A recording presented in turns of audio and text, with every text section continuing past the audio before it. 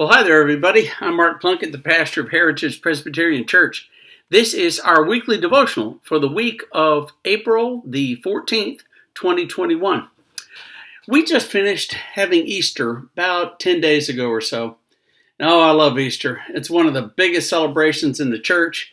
A lot of people come and we always have a lot of fun and we have a lot of excitement, And then, of course, there's the reason for Easter, the empty tomb. Jesus rose from the dead. Oh, that is the best thing in the world to celebrate, But it leads to the Sunday after Easter. And the Sunday after Easter has kind of a sarcastic nickname that I don't really like.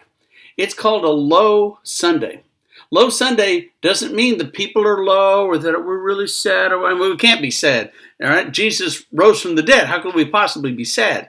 What it refers to, though, is the low number of people that come to church. Because the Sunday after Easter is never really a crowded Sunday.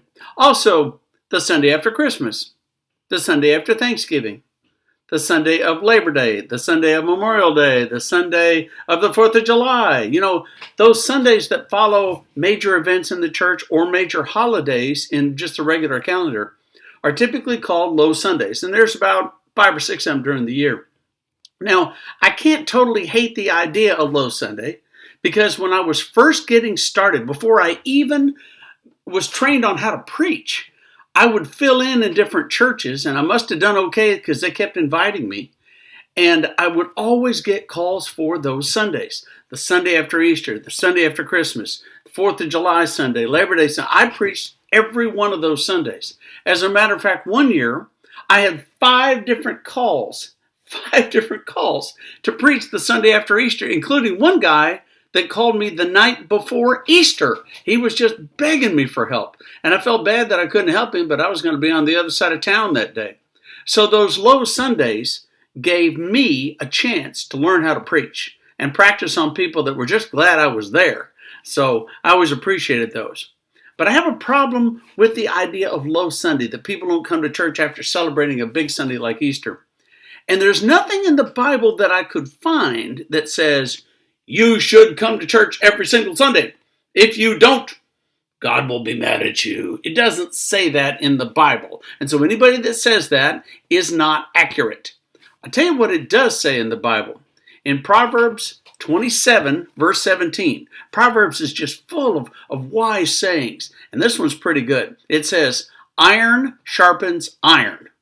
Now, back in the days when Proverbs was written, probably 3,000 years ago at least, because supposedly they were written by Solomon, and he lived at least 900 years before Jesus.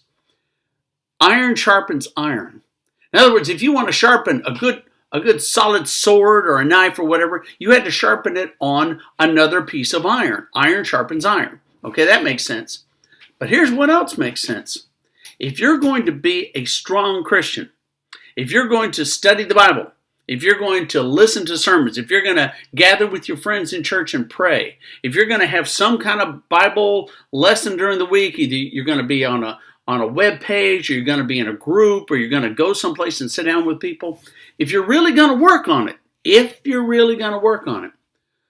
that's what it means, iron sharpens iron. Christians that want to be really, really strong, solid as iron, let's say, they need to be around other Christians if they're going to get better. This relates to something that I learned when I was a teacher.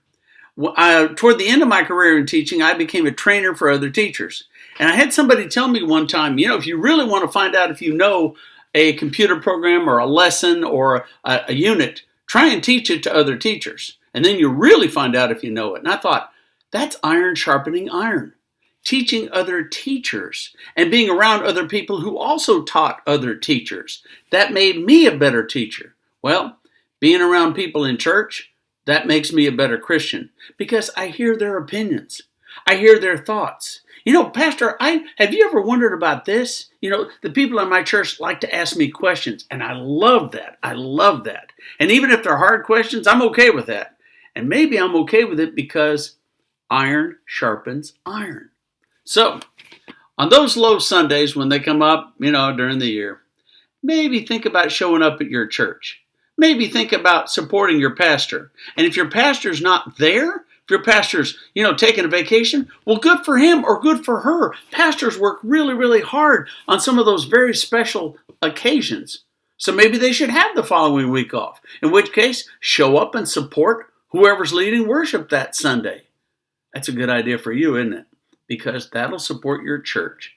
And your church will be solid as iron. And the iron there will help to sharpen other people. Iron sharpens iron, my friends. Let's remember that even on low Sundays.